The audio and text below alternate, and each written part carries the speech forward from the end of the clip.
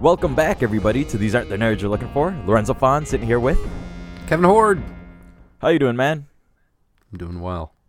We got a special episode today in which we're going to be covering some theme park news. We kind of have been letting news build up a little bit, culminating with the announcement of when Galaxy's Edge will open. I think I've shared some of this with you, Kevin, but I think I have been the one providing the news to you. I've been the one definitely keeping a close eye on this, especially considering I live about 8 miles away from Disneyland. So yeah, it is great because I don't have to check the Twitterverse and the internets for all of this stuff because I get a live feed update from Lorenzo. And, right. It's one less thing I got to worry about.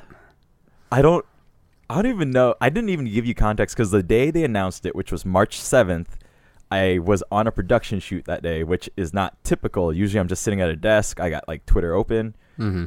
But I think I turned on notifications from Disney Parks that day because there were rumors that they were going to announce it. And I think I just sent you May 31st. I believe so, but nothing else. I knew what that meant. Yeah. Because that was the day of the... what am I thinking of? The investors meeting? Or not the investors meeting. There's a shareholders meeting that they held, there which I believe actually occurred in St. Louis. It did. It did indeed. I had no idea. I had no idea either. But let's get into the detail of the news. So this is the big news for sure. There are definitely a few tiers to it, a few details we have to hammer out. So May 31st as an opening date is for Disneyland Park in Anaheim. Yes. The the Disney's Hollywood Studios in Orlando has a different opening date. That is Thursday, August 29th of 2019.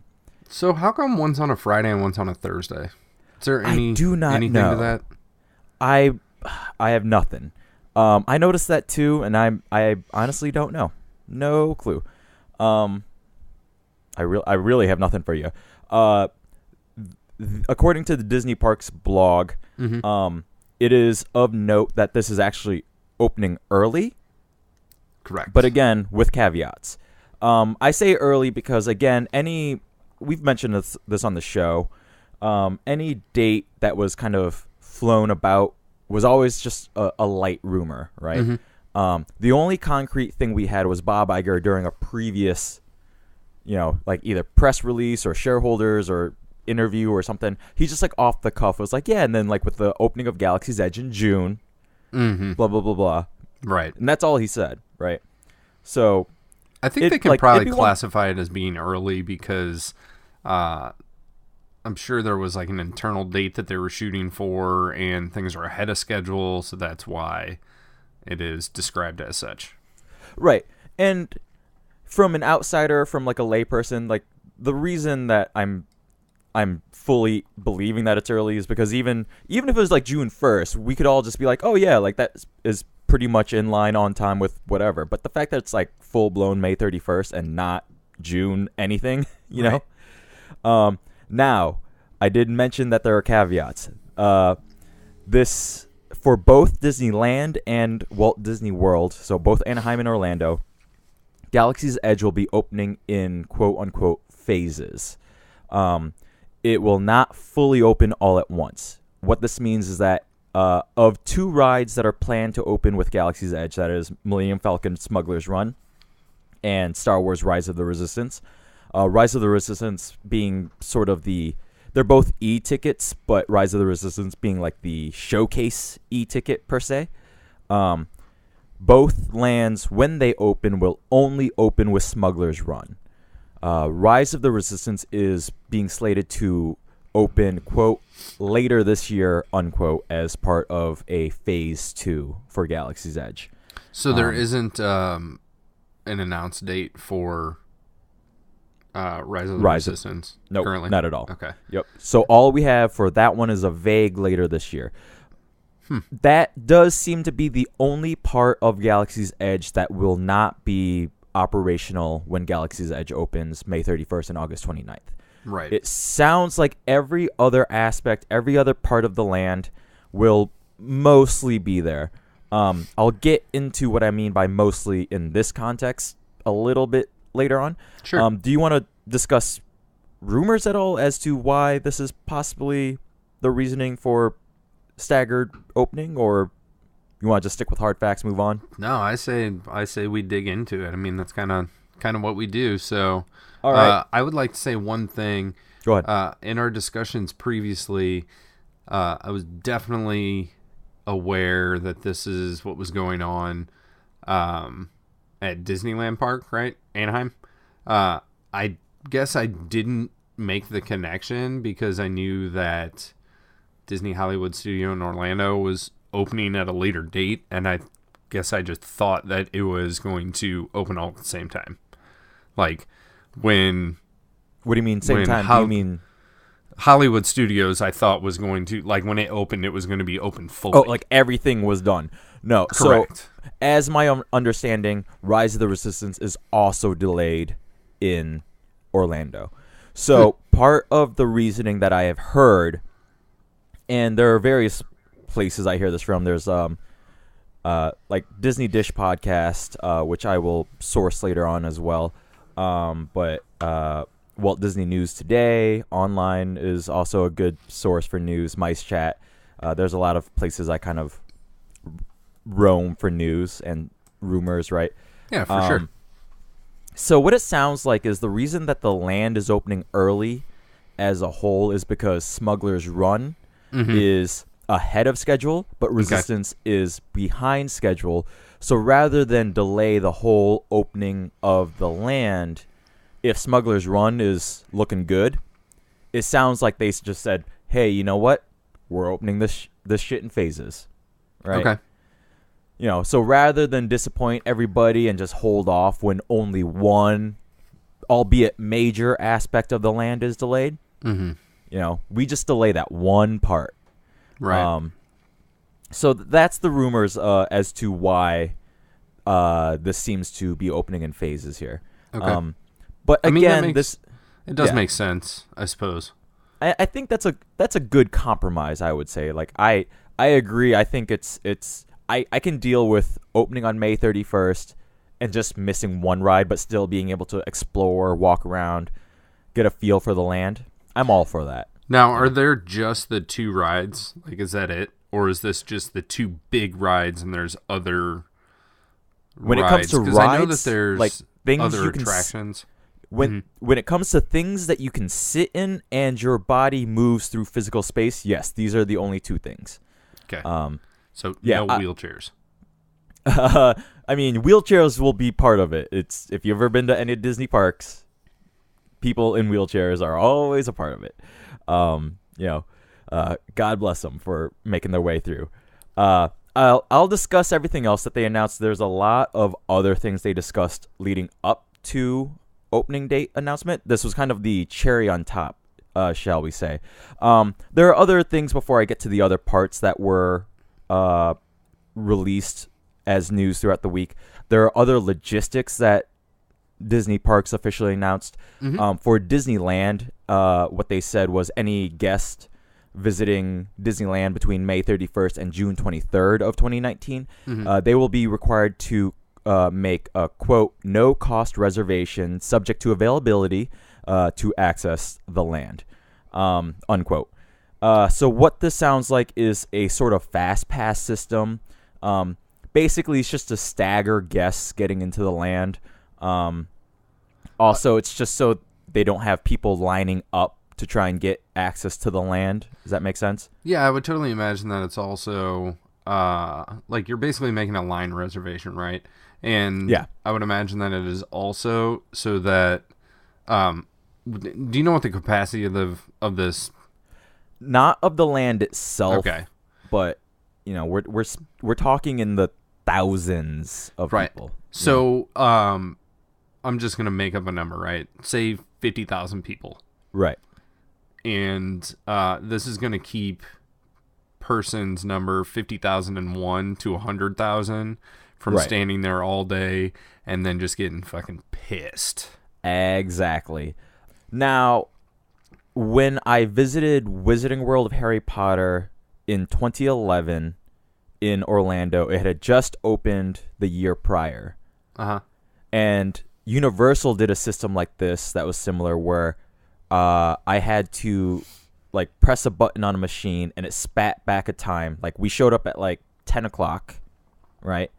And they're like, hey, you can't go in. And we're like, what do you mean? Like, this is what we're here for. And they're like, oh, you got to make a reservation with the blah, blah, blah thing, you know? And this is when I was like a theme park novice. Like, this was the first time I had gone to Universal or Disney in like a decade, right? So my whole family like went for Harry Potter. And yeah, that all we got was like a little ticket that was like, come back at 1:30, you know?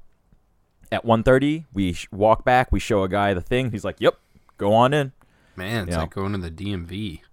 Basically, yeah. That's kind of that's a good analogy there. So I will say that system definitely worked with Wizarding World back in 2011, you know? So, you know...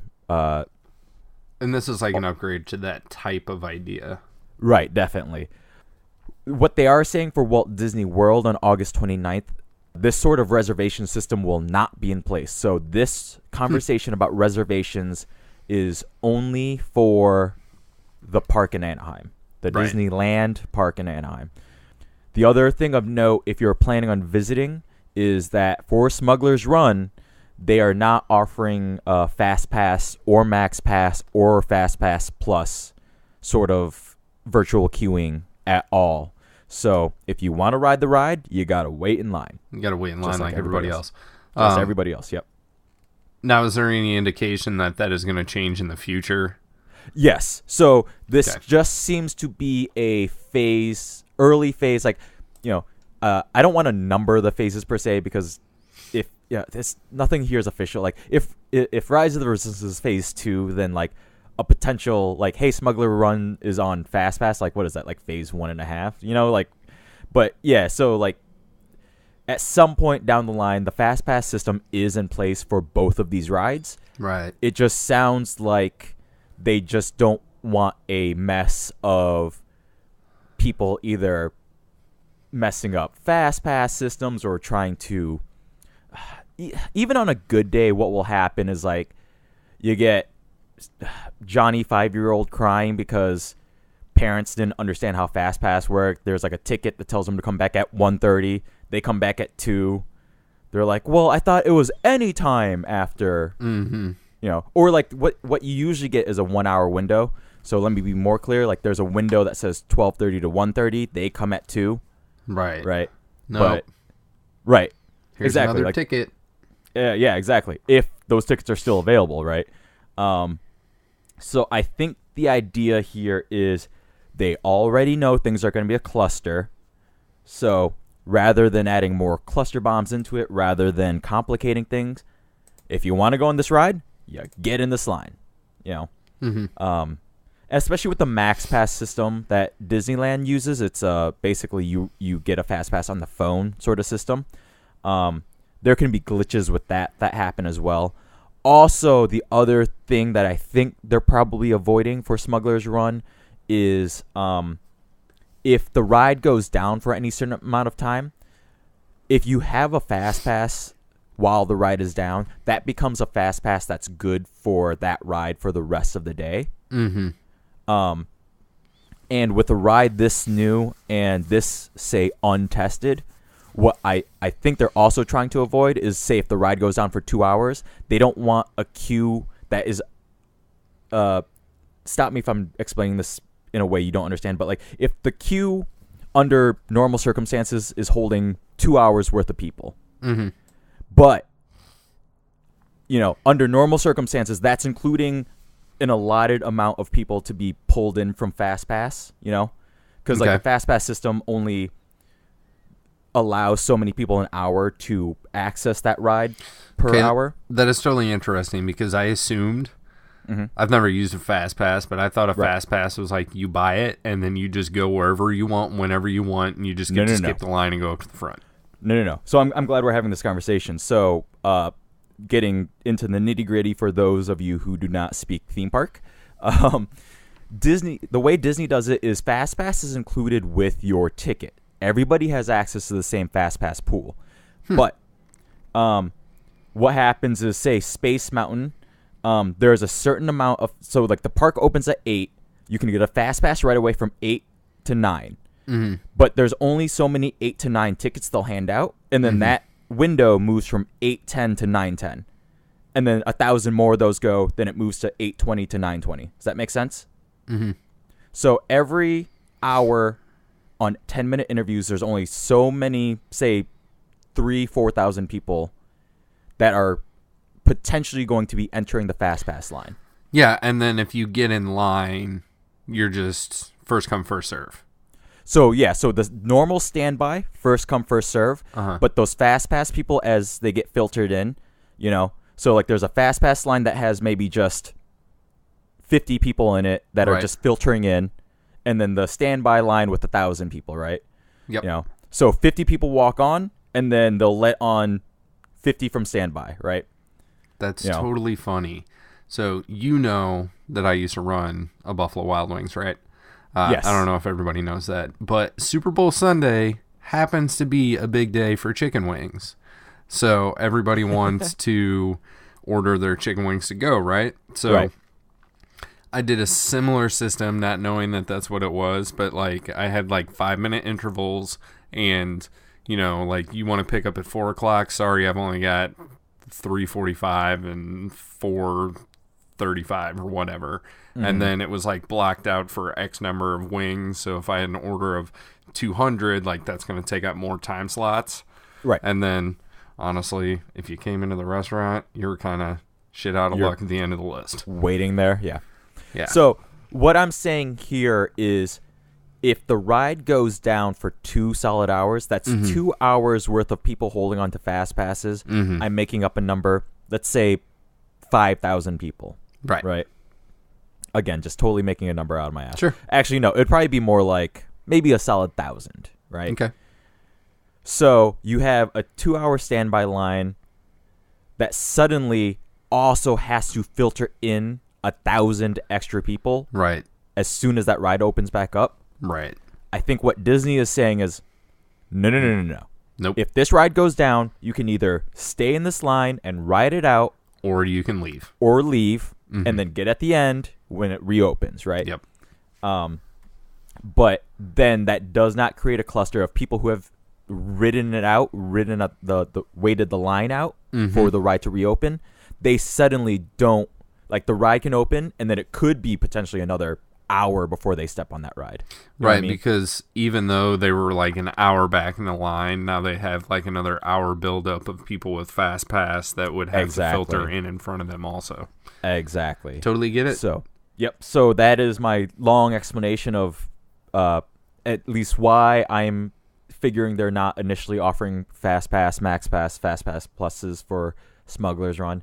I would be very surprised if they don't implement a similar system for when Rise of the Resistance opens as well.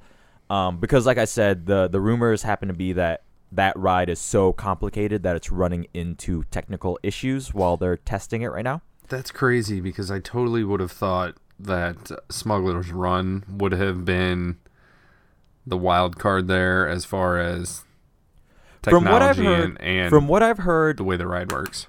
Yeah, from what I've heard, programming Smugglers Run seems to be as simple as programming a video game that happens to have a giant motion sim attached to it. Right? You have to understand, with a ride like Rise of the Resistance that involves trackless moving vehicles, multiple animatronics potentially, syncing other many moving parts to it.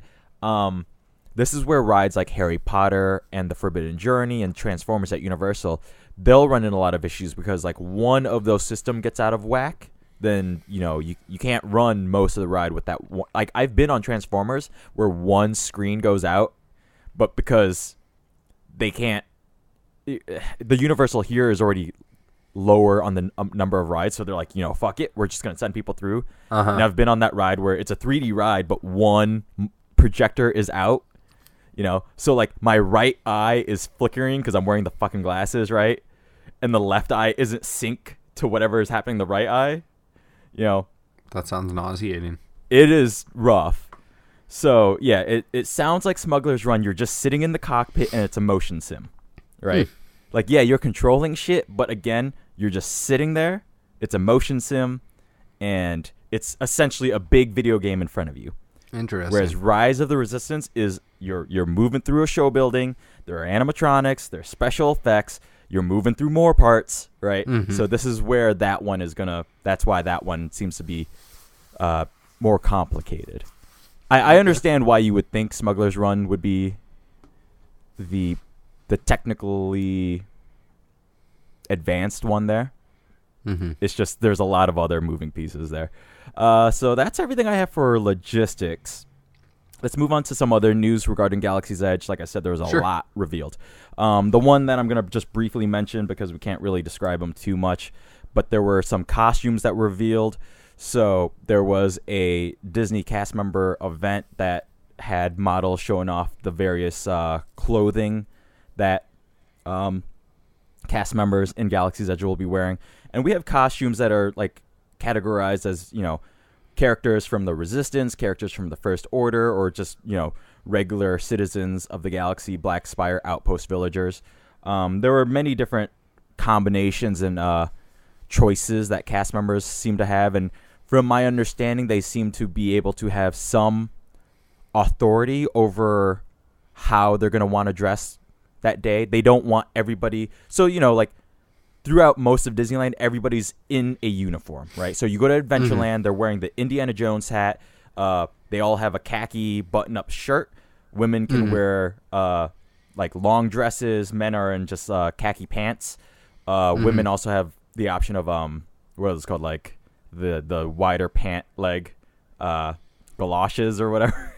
Galoshes boots? No, what am I thinking of? I think galoshes are the rubber things that go over your boots to keep your feet dry. What am I thinking? I don't know. I'm moving on. But yeah, so there are like layering options where if you're an outpost villager, you kind of have like, so here are things you can wear on top. So like just a shirt or shirt with jacket, shirt with jacket B, shirt with jacket C, shirt B with jacket A. Move down the list. Hat, no hat, scarf, no scarf, gloves, no gloves, right? Right. This seems to be there's still a set number of things, but they don't want somebody walking around Galaxy's Edge and seeing like 10 cast members all wearing the exact same outfit, because the idea is that this is supposed to be a living, breathing outpost. So it's not like a bunch of green silky jumpsuits with like orange puffy vests. Exactly. And name tags, right? Man. Yeah, so the idea of a living, breathing outpost will play into this next portion too. Disney Parks specifically revealed the food and vendors that would be found at Black Spire Outpost. Let me run down this list. So we got Docking Bay 7 Food and Cargo. It's a fast casual restaurant. This seems to be the main restaurant if you're looking for some food in Galaxy's Edge. This is a fast casual restaurant titled Tug's Grub. This is headed by a character by the name of Chef Strono, quote unquote, Cookie Tugs. It's going to be placed inside of a diner inside of the docking bay. So they described it. Does this not sound like a place that you would eat at a strip club? Oh, no. As soon as I read that they were calling it this, I had many questions on how it made it this far without being retitled to anything else. Why not Dex's Diner? Man, there should be a Dex's Diner somewhere at some point in time. I do not understand why they are calling it Tugs, but Tugs' Grub is what we're going for.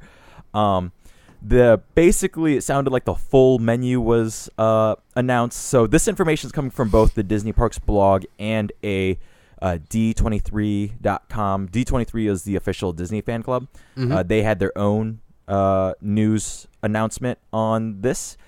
So the menu includes Ithorian Garden Loaf. This is a, quote, plant-based meatloaf served with roasted vegetables, mash, seasonal vegetables, and mushroom sauce. We got smoked Kadoo ribs. Quote, these country sticky pork ribs come with a unique blueberry corn muffin and cabbage slaw, unquote. We got braised shack roast. That's SHAAK. This is, quote, beef pot roast with cavatelli pasta, kale, and mushrooms, unquote. We got fried Andorian tip yip, quote, a decadent chicken dish with roasted vegetable mash and herb gravy. Can I interject real quick? Go ahead. Tip yip, especially Andorian tip yip, sounds like it should be made out of Ewoks. Somebody online mentioned this. Here's the thing. We are going to get as close to Star Wars as possible while still realizing that these are going to have to be earthly ingredients. No, I understand that, but I'm just saying that it sounds like if I was a kid, I'd be like, they killed Wicket, and I'm eating Wicket. There are pictures of this food if you go to the D23 website. Uh-huh. And I'll probably, maybe even like in the description for this episode, maybe link everywhere that I'm pulling these sources from. Sure. Some of these range from looking real good to just looking not so great. quite alien, you know. So they're doing their best, but also you have to remember, like me, I'm a pretty adventurous eater. But you know, down the line, after a year and a half of things calming down, maybe 5%, and then you know, that's when Midwest family is finally like, oh yeah, let's go to Disneyland and check out the Star Wars stuff. I don't know why that's my accent for Midwest people, considering I'm from the Midwest. Yeah. But you know, they head into this and one of them's like, I'm hungry, Mom. And they're like, what the fuck is a tip yip? You know? And like, if they could describe it as Ewok based, but then that mom was like, nah. Yeah, it should be made out of bear. Right. We're going to regular Tomorrowland and getting a regular hamburger. So so that's kind of the in between that I'm feeling here, right? Okay. Continuing on with the menu items, we got Felucian Garden Spread. This is a quote plant-based kefta quote meatball unquote dish. Again, quotes around meatball because this is a vegetarian dish. And this comes with herb hummus and a tomato cucumber relish with pita bread.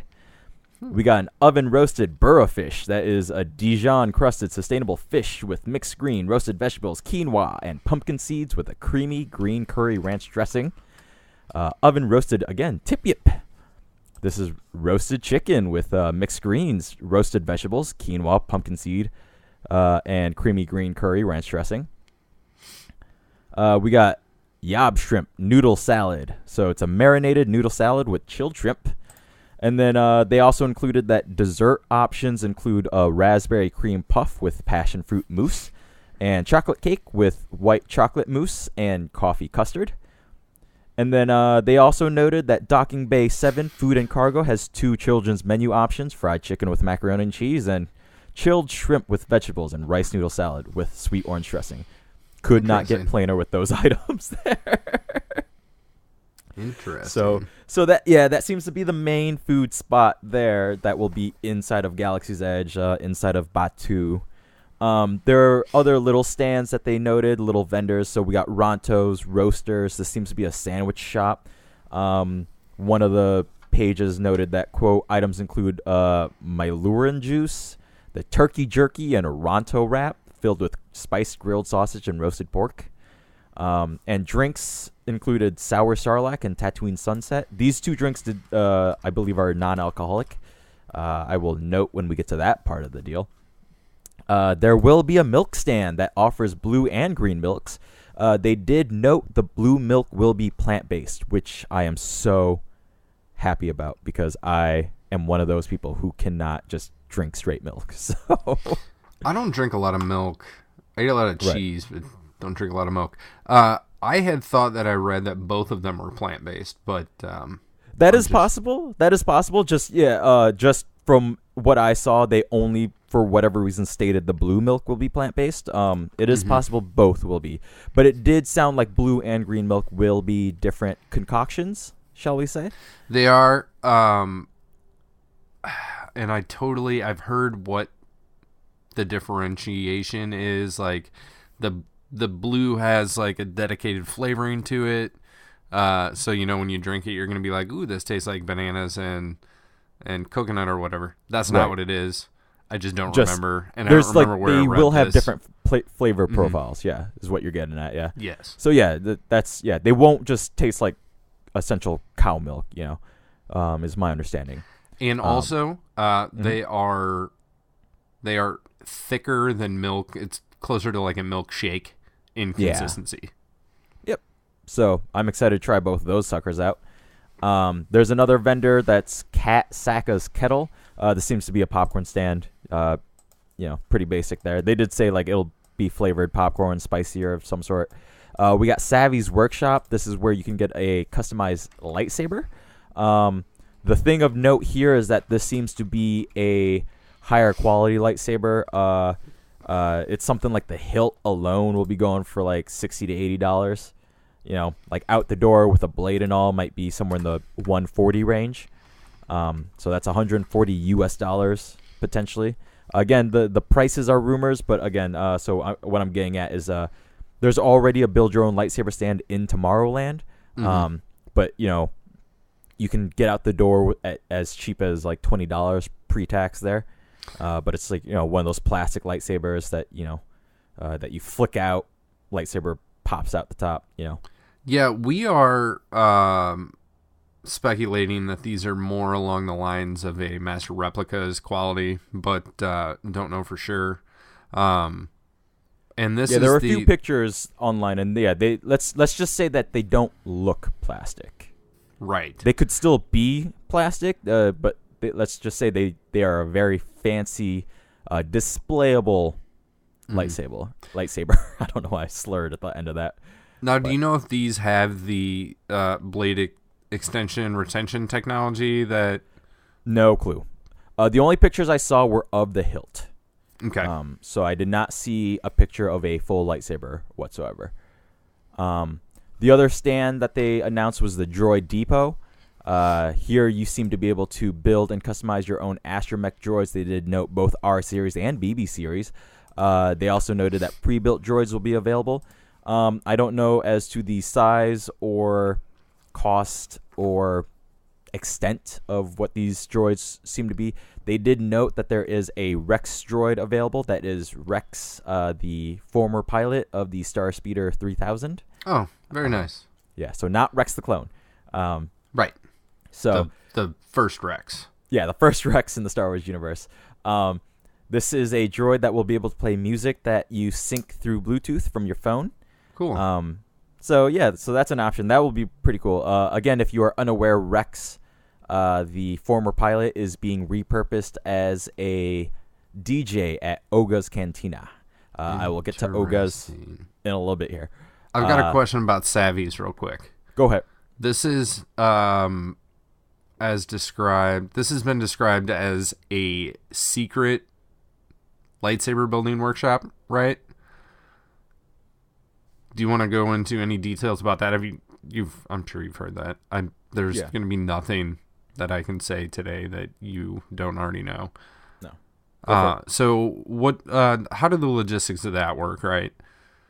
From what I understand, like it's just kind of a nondescript shop front, and the sign above the door is an Aurebesh. So it's not in basic. Go ahead. Let's go through the rest of the vendors, then we'll talk land-wide stuff. Maybe, got it.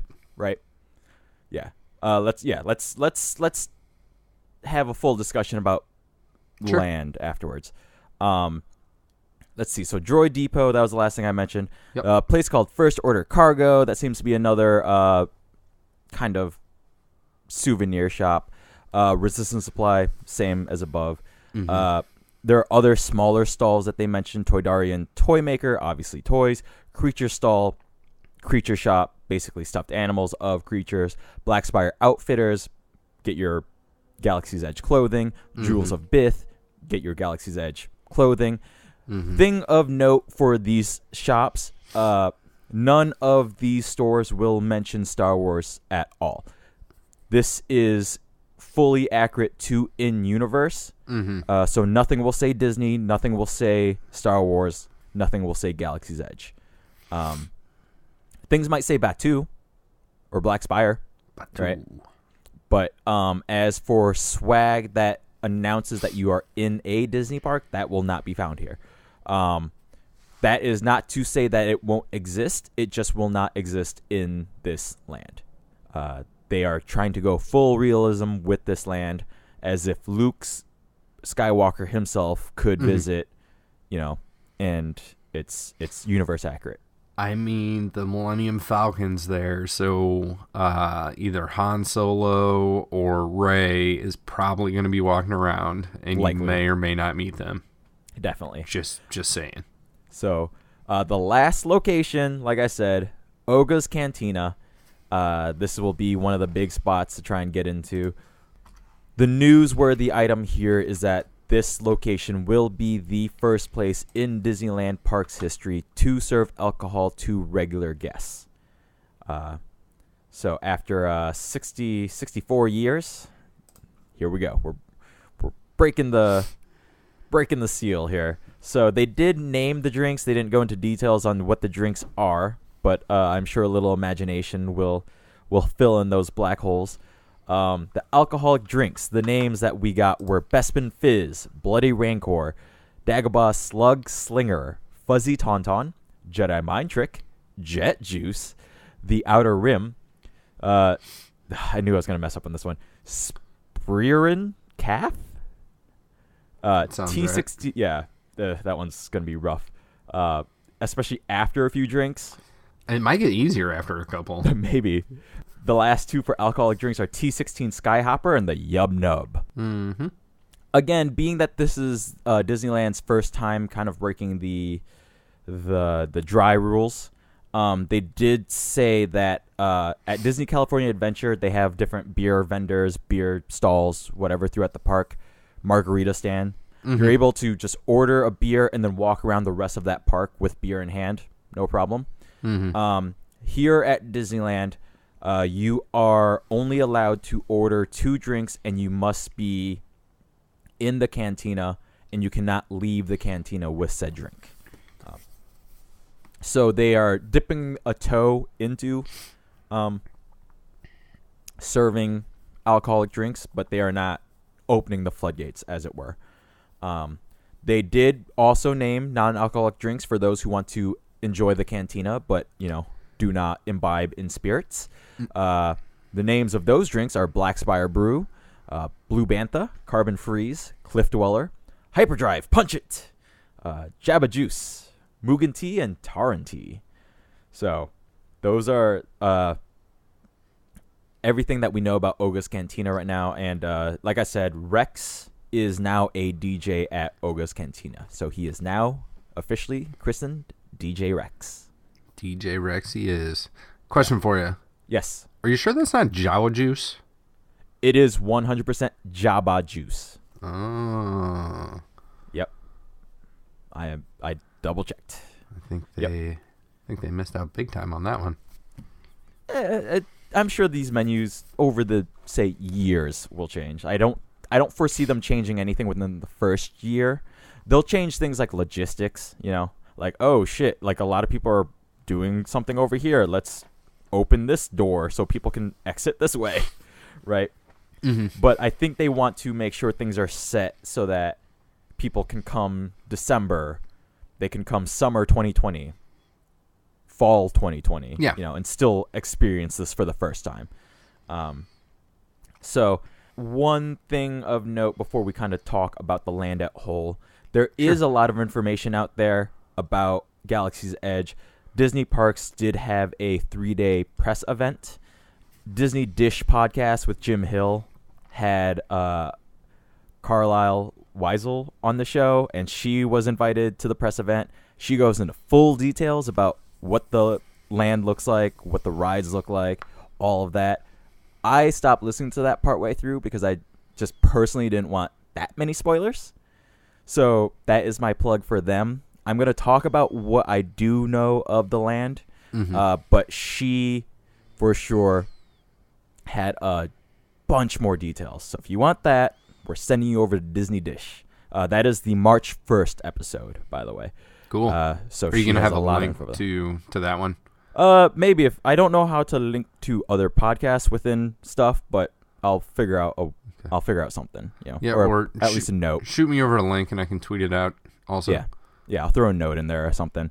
Cool. But to get to your question, yeah, all the vendors, I think they'll have some galactic basic, right? Like I said, it's got to be universe accurate, but also layperson dummy proof, right?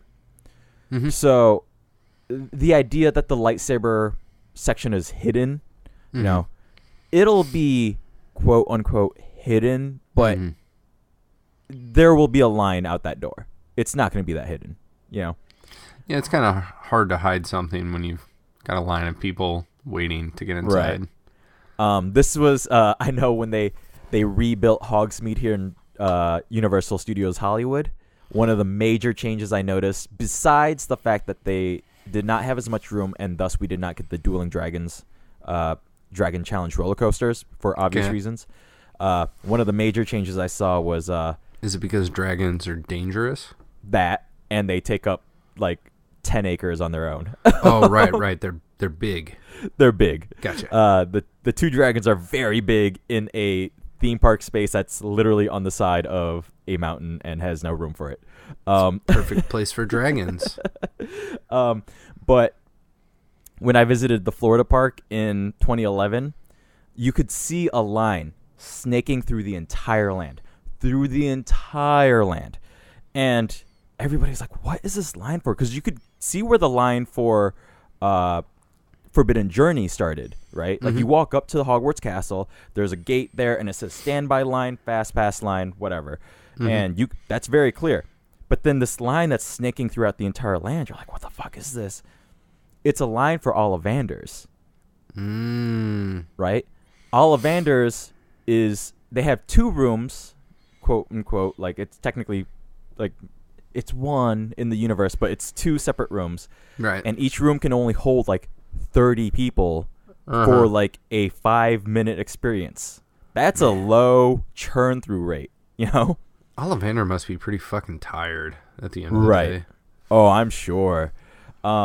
So what they did not plan on was just the amount of people that would be trying to experience Ollivanders. Like, they knew it would probably pull in people as a separate attraction, but they didn't expect the hordes of people to try and experience everything, right?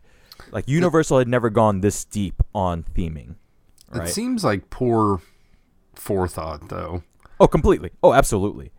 So, what's nice about the one here is that there's Ollivanders, and then there's the bathrooms that are in the land, and then between Ollivanders and the bathroom, there's this like little tunnel that looks like it goes nowhere really, but you can walk through, and there's an ATM there, so it's fully functional, you know. But on the one side of it, actually, what is it? Yeah, so you can walk through. You'll see a line ending facing you. It's slightly confusing. So the line that you see is the end of the line. Or sorry, how does how it do I run say this? Diagonally? No, it does not. So you have to walk through the little entryway. Then they hid a line in the back of it. So there's switchbacks and queues that are behind the land, essentially. So I'm just very glad they added at least that much, right? So then, even though there's still a gap from, you know, the end of the line to Ollivander's door, what they do is essentially like block off everything. They're like, okay, you 30, keep going. Okay, you how many? 2. Okay, you 2 go. You stop. You know. Then they feed people into Ollivanders. Interesting. So at least they figured that part out. But yeah, so that's kind of my long description of the potential cluster that Galaxy's Edge will be looking at for these. Like, any and all of these experiences are potentially going to be nuts, you know. So that's kind of my full wrap up on Galaxy's Edge there. Do you have any other questions about Galaxy's Edge? Any questions on potential rumors or whatever? No, I was kind of throwing them out there as we go along. Yeah. So what are you most excited for? Unfortunately, this is a thing that isn't open, and we don't 100% know details of everything, right? Yeah. Really, it Rise of the Resistance was going to be the big one because, you know, from where Galaxy's Edge is situated at Disneyland Park, the main parking structure overlooks it, So over the course of the last 3 years, I've seen it go from backstage area with a lot of buildings to those buildings disappearing to it turning into a flat patch of dirt, and that patch of dirt slowly growing over the last 2 years. That's pretty fucking cool. Right. So the Rise of the Resistance building by far is one of the biggest show buildings I have ever laid eyes on. Okay. Right. It's a huge building. So just kind of the idea that a ride vehicle is moving through this, I have heard speculation, partly from the podcast I was listening to, speculating how long this ride experience could potentially be, and it just sounds overwhelming, to say the least. Beyond that, I'm excited to see the theming of Black Spire Outpost. Again, the podcast kind of went into the detail that the journalist of she's a writer on Travel and Leisure, I believe is what I said.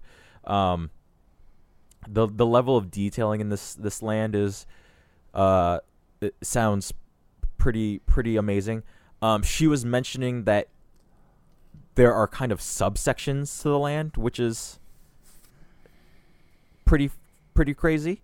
That you can be in one section and feel like you are in actually a different world than the other part of the same land, right? The only thing I can kind of think of that would come close is like for a park as a whole, Animal Kingdom in Florida, like there's an Africa section and an Asia section, but those are two separate lands, right? Right. But like when you're in the Asia section, man, like last time I went to Animal Kingdom, it was actually the only time I've ever been to Animal Kingdom. I literally was in Vietnam about a few weeks before, Okay. And as I was walking around the Asia section, I was like, holy shit, this all feels legit, like nothing was out of place. And then you cross a bridge and you enter Africa, and that part of my brain turned off. I was like, holy shit, I've never been to Africa, but this feels different. Yeah, right? I never realized that Asia and Africa were like right next to each other. They are. Just like an Animal Kingdom. One bridge apart. They are an Animal Kingdom. So that has me excited to kind of see, because what is interesting, and what if you've never been to Animal Kingdom, what I find interesting about that land too is all the paths are crooked to some degree, so like they kind of take weaves and turns. So the reason I bring that up is you can never quite see the end of a path, right? So there's always kind of this sense of exploration as you're kind of making your way through Animal Kingdom. And that being said as well, your mind is never really able to keep track of like how far you've walked or how far you're about to walk. Does that make sense? Yes. So the size of it kind of grows in your mind of imagination, right? Yep. My understanding is that Galaxy's Edge will employ something similar where you can never see the end of the land per se. Right. So that's going to help with the real feel of the land. For a counterpoint, Cars Land at Disney California Adventure is it's literally like Radiator Springs, 1-to-1, full model. Like Flo's Diner is there. The fire station's at the end. Even the medical facility is there. I forgot his name, but the hippie stand is like right up front too, right? But the problem with that is that Radiator Springs is literally one street with one cross street on it. Right. So you can stand at the entryway to the land and see all the way to the end. Right? The curious thing too is, for reference, Cars Land is 12 acres and Star Wars Galaxy's Edge is 14. I believe those are the numbers there. Okay. They're 2 acres off. So 12 and 14 or 14 and 16, but 16 sounds too big in my mind. But yeah, so like Cars Land is big and overwhelming as it is, right? But the idea that in 14 acres they're going to try and, rather than having that one singular street, right, that it's a fully explorable arena for you to get lost in. To me, other than the fact that it's going to be a clusterfuck of people just shoulder to shoulder, potentially all around you, the idea of the rides are great. I think just the idea of exploring, and I will count my blessings that I will have all summer to revisit and explore parts of the land a little bit at a time, right? Yeah, for sure. Rather than, like, okay, there's my one day. Like, what can I do here? I'm very much looking forward to, over the course of years, potentially, exploring new aspects of just this land. Cool. Yeah, because when people ask me, because I visit Disneyland at least every other week, and people are like, don't you get bored? But me personally, like, Disneyland updates little things enough. They change food menus that I'm always kind of exploring, trying new things, And now Galaxy's Edge will be a very big thing, Yeah, and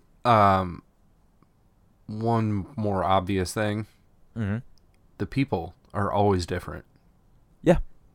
So, yeah, I mean, I think when you're frequenting a theme park or, any type of entertainment venue of that nature, the people are different, Right.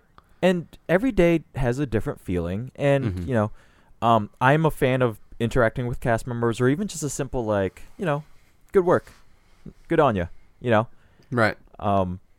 There are survey takers that are at the park exits when you're leaving.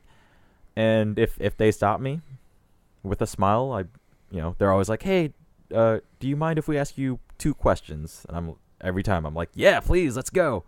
I thought you hit him with your secretly made lightsaber and oh no, because some people away. Get offended. Like, I see them on the way out. They're like, no, they're like, don't talk to me, right? It's like these people are just trying to do their jobs, right? Like, they just like look, the surveys are there for a reason, and they're there to double check that you had a good day at the park, right? And if you didn't, find out why. Right, exactly. So, every time I'm stopped, I'm like, yeah. And last time I was stopped, like, the cast member was super nice, and she even pointed out, she was like, you have an awesome attitude about you. I was like, thanks. You're doing a good job. Keep doing your job. Like, I'm at Disneyland. I can't complain about life right now. It would be silly of me to try and do that. It's the happiest place on earth, right? Yeah. So, yeah, you do hit the nail on the head there, where every time I go, I have new interactions. I'm always talking to different people, right? Or sometimes I'm just there, like, reading a book while in line, whatever. But it's always just a different feeling, right? So, yeah. Weather's different, whatever, But, yeah, so just being able to explore something that's hopefully as detailed as I think it is. Like, even with Cars Land, like, it took me, like, a solid, like, 6 months to a year before I realized in one of the restaurants that's in the land, the main fast casual restaurant that they have in there, I don't know if you've seen Cars like a million times. Your daughter seems like the right age that when she was growing up, that would have been the movie to play. But I've seen it. Yeah. So the piston cups that the Hudson Hornet wins, right? Yep. It's in the exit to the restaurant, and it's like the exit doors that spill you back into the land. But it's not a door that you'd normally see. But one day I was like leaving, and it just caught the corner of my eye. But his 3 trophies are on display. Like, as you're leaving. I was like, holy shit. Like, of course he would be displaying them somewhere, right? And he's like, it's part of the medical facility. That's like, so Flo's is connected to the medical facility that's there. And I didn't even notice that. I was like, it's the same building from a real world perspective, but like, there's a clear delineation where, like, the walls and everything, like, there are a lot more gears and stuff being shown, because, like, that's the medical studies of cars, right? But yeah, it's like those little details that I'm like not looking for, but just notice over time, right? Right. Like that stuff, that is what sets Disney apart from, say, like Six Flags or Cedar Point to me, right? Like I love Cedar Point. I grew up going to Cedar Point. I love a good crazy extreme roller coaster, but there's something about like combining technology and storytelling. Yeah. Well, this is also the difference between an amusement park and a theme park. Definitely is the theme part of it. Correct. So, but just the idea. I think Michael Eisner was the one that kind of described it as combining storytelling and technology. Nice. And I really, really like that idea because it also it's kind of it's like visiting a movie set, but a movie set can still like going to like a TV set, like there still might not be ceilings, right? Because like that's where they're hanging lights and stuff, right? Right. So like there's part of that illusion that you still have to like buy into, but there's something about a theme park that really has to sell that idea that I really enjoy. So to see them trying to go full tilt with Galaxy's Edge, right, will be interesting. Because like with Cars Land, like obviously there's still people operating it and stuff like that, But yeah, just the idea that they're really trying to sell this idea of story. Because also the other piece that I've mentioned before, but I'm really curious to see how the storytelling aspect of Smugglers Run, if you harm the Falcon, there could be a bounty placed on you personally. That will be the detail I'm looking out for, because apparently, Hondo is a character in Galaxy's Edge. Have you seen the animatronic? Not yet. Nope. I know it's out there, but I'm avoiding it. So yeah, I'm very excited. I unfortunately will not be able to be there on May 31st. I am out of town for a wedding. I'm disappointed. I know, but it's not a bad thing because, like I said, by pushing it early, they kind of picked a date that's kind of a worst case scenario, honestly, as a guest. Friday, May 31st, a lot of the annual passes are still unblocked, which is problem one. It's good for the people with the lower level passes because as the summer goes on, those passes get blocked pretty hardcore. Even the pass that's just one level below mine, there are different tiers for passes, right, with different blackout dates. Excuse me. And you have like the ultimate supreme VIP, go anywhere whenever you want. Almost. I have one that only blocks usually the weeks of Christmas and New Year's. $300 more or so. Then there's the one that's like any day, whatever. Mine is like the benefits are the same except for those 2 weeks of blackouts. Do you have your own helicopter landing spot? No, I do not. But how much that would cost. But the reason I bring that up is because usually the level below mine, it has more blackout dates for sure. But this year they went pretty extreme with the blackout dates that they gave to that specific pass, which surprised even me. But yeah, so my pass is not blocked until the week of Christmas. So all summer long I will be braving the crowds and, understanding that every time I try and enter Galaxy's Edge here, right? Good. That's great. But I'll report back. We'll probably have another special as soon as I experience it in some form. It'll still be within the first week. I'm back the Tuesday following. So I'll give it a shot either that Tuesday or that Wednesday. Cool. So I think like June 4th and 5th. So yeah. So we'll see. That's everything regarding Walt Disney World. There is one other thing regarding theme parks that we should discuss. Yeah. That is Universal, not to get lost in all of this, also dropped some news of their own. It's really fun seeing these theme parks in the pettiest of ways go back and forth with their news. Not to be outdone, but they're totally about to be outdone for a hot second here. Universal has a new ride opening at the Universal Orlando Park. That is Universal Studios Florida. The ride is opening at Wizarding World of Harry Potter in Hogsmeade.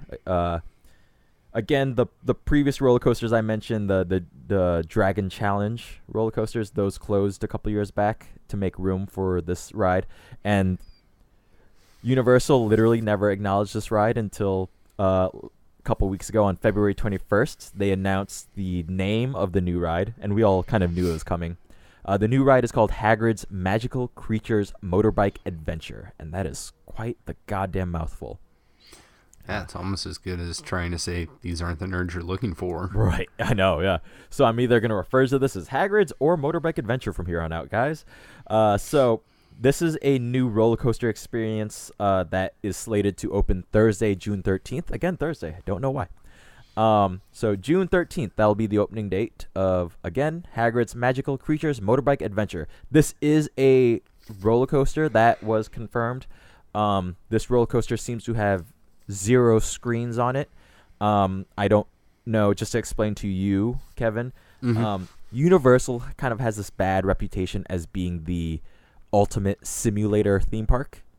You and I talked about this because I've only had one experience at Universal, and it was in Orlando. It was probably 10 years ago now, and I think we talked pretty in depth about what my expectation was versus the reality. Yeah. Like every the last handful of new rides that they've announced or opened over the last half decade have all been pretty close to full simulators, I would say. So you have rides like King Kong, mostly a simulator, Fast and Furious Supercharged simulator, which is super annoying because a ride called Fast and Furious, you neither go fast nor furiously. You are parked in a spot, which is awful. Cool.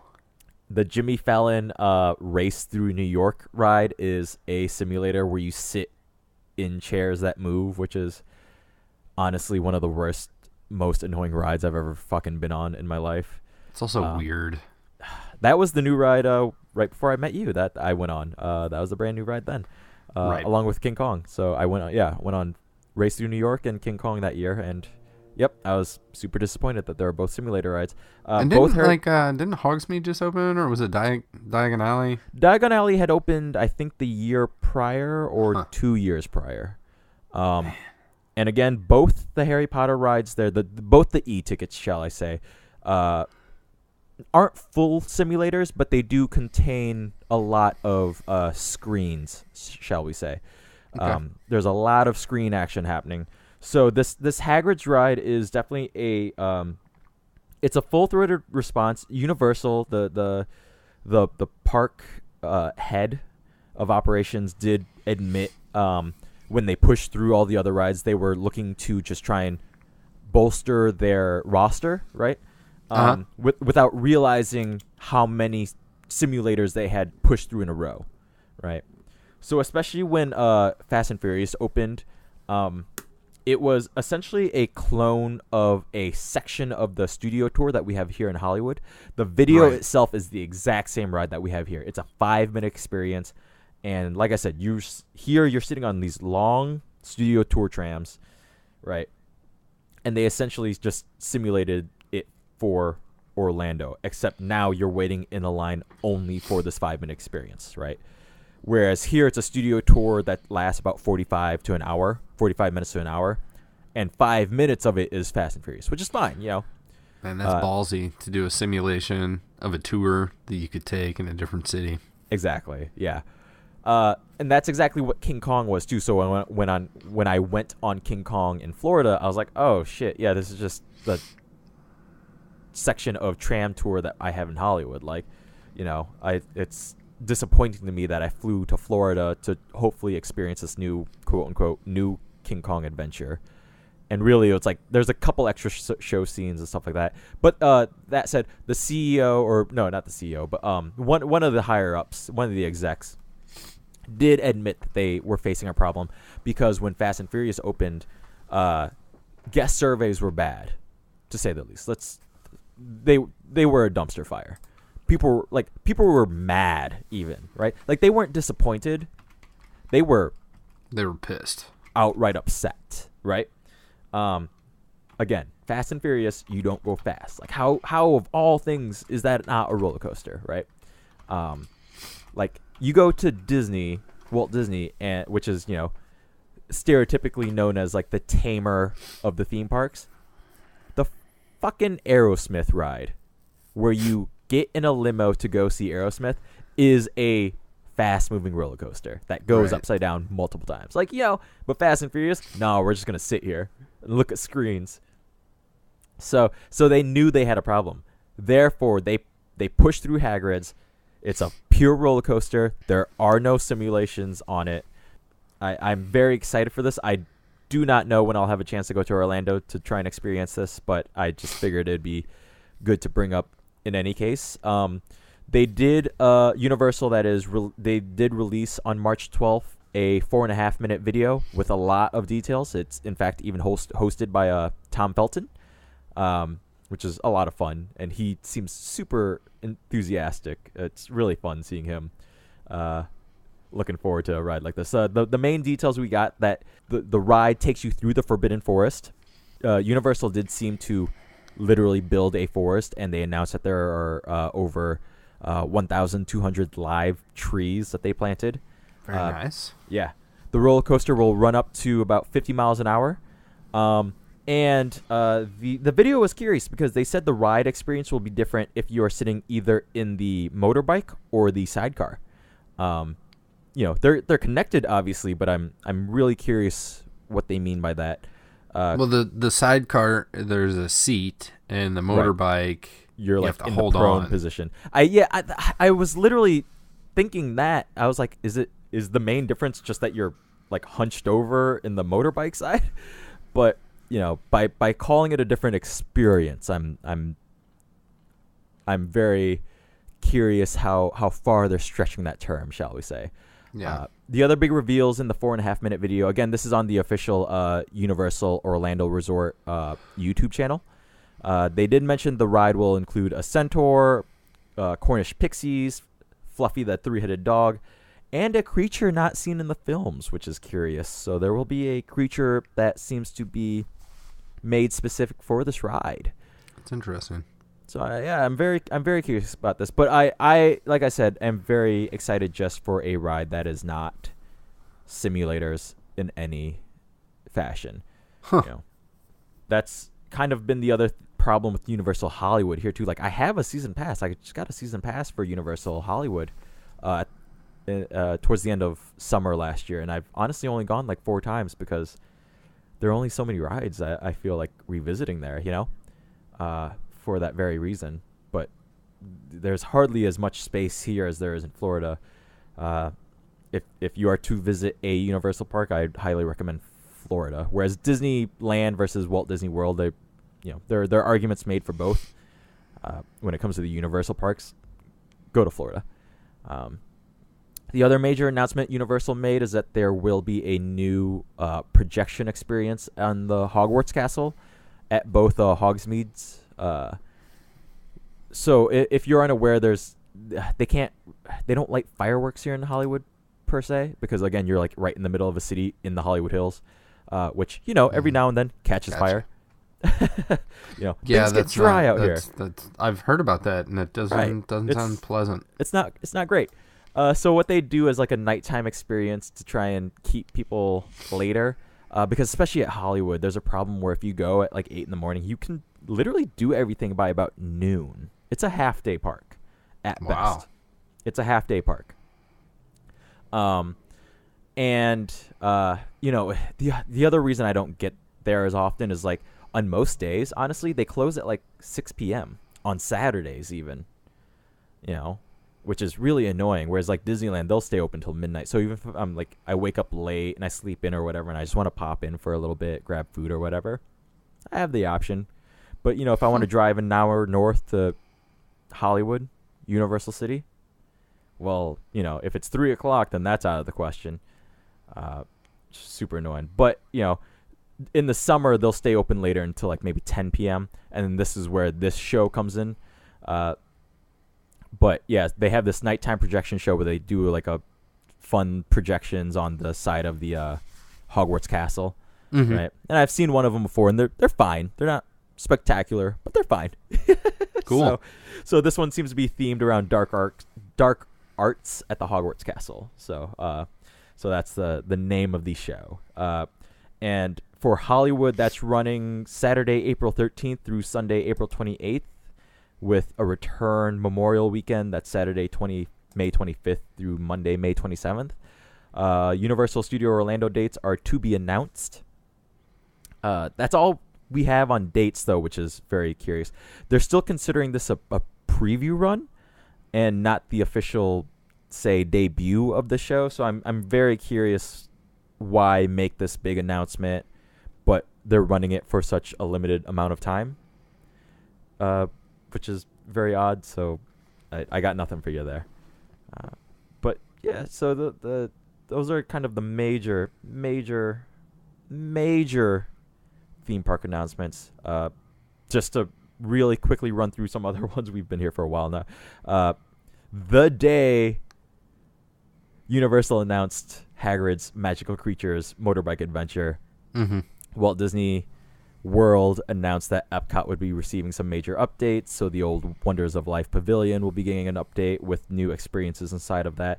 And they will be redoing the entire entryway where the weird monoliths, if you've ever been to Epcot, they have these weird Leave a Legacy monolith things that were made of metal.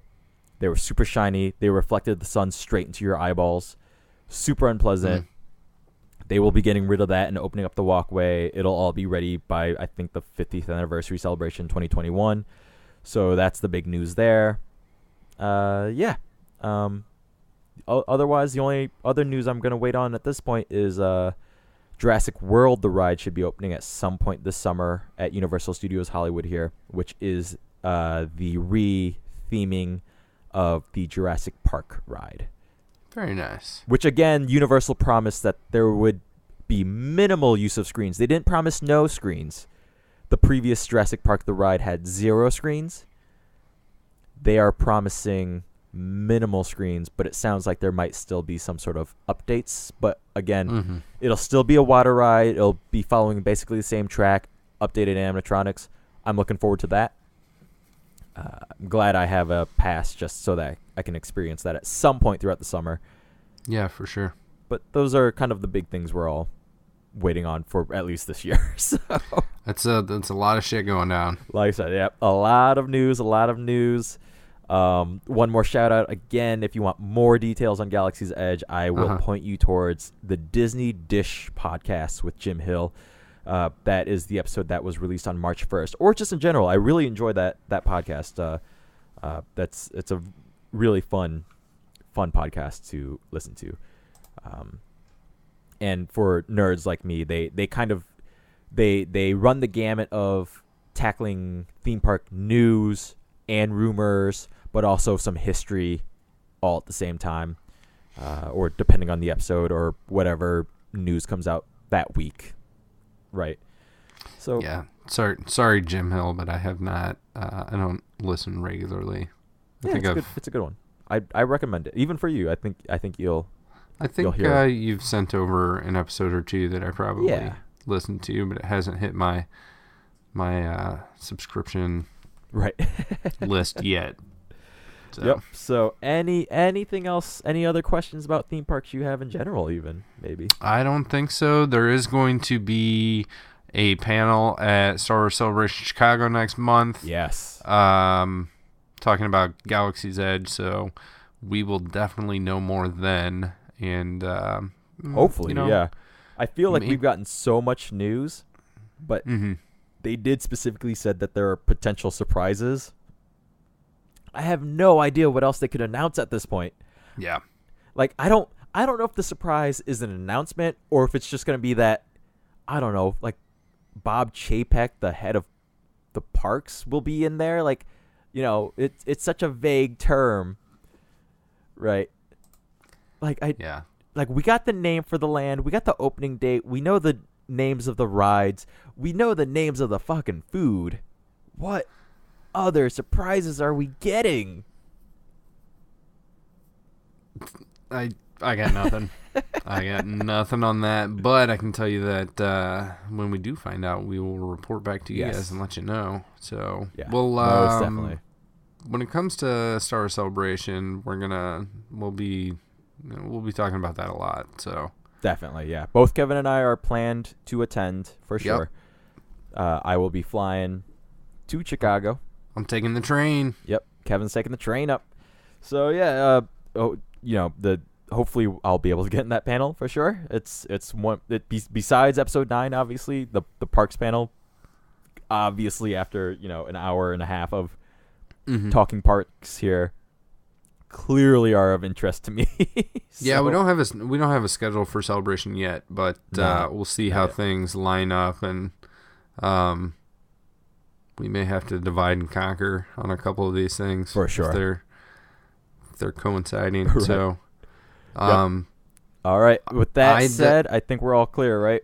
Yeah, I was going to say I definitely didn't contribute too much to this conversation, but that's about all I got. So right, we all knew I'd be driving this one, but But that said, as always, we like to give a shout out to Lindsay at Strange Fantasy Music. She's the one that put together strangefantasymusic@gmail.com. If you want to reach out to her, she's the one that put together the jingle that you hear at the beginning and end of every episode.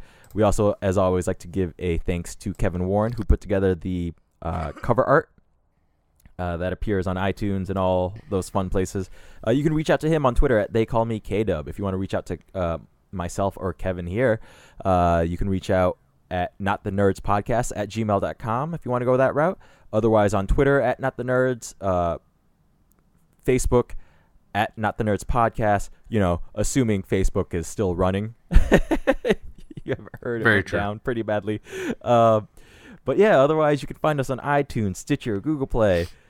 We also post episodes on YouTube. So anywhere you're listening to us, please like, subscribe, share, give a comment if let us know what you think. Especially for these special sort of episodes. I think you and I did discuss trying to keep this brief, but as I kept compiling news, I was like, well, we should also talk about this. And they also announced this, and they also announced this. So, yeah, I think the 30-minute goal we originally set was... That has long since passed, but that's all right. Yeah, short-sighted on our end there with the amount of news that was announced. But yeah, but like I said, I'll provide some links to where all this came from. But again, if you're curious, just go to the official Disney Parks blog, or d23.com. They did a lot of announcements there. Universal's official blog as well is where I got the information for the Hagrid's motorbike adventure stuff. Nice. Yeah, but the Disney Parks blog, Disney Parks Twitter is always a great source of information. And the quickest source of information, shall I say, too. But yeah, and if there's nothing else, I've been Lorenzo Phan. I've been Kevin Hord. These aren't the nerds you're looking for. Bye-bye.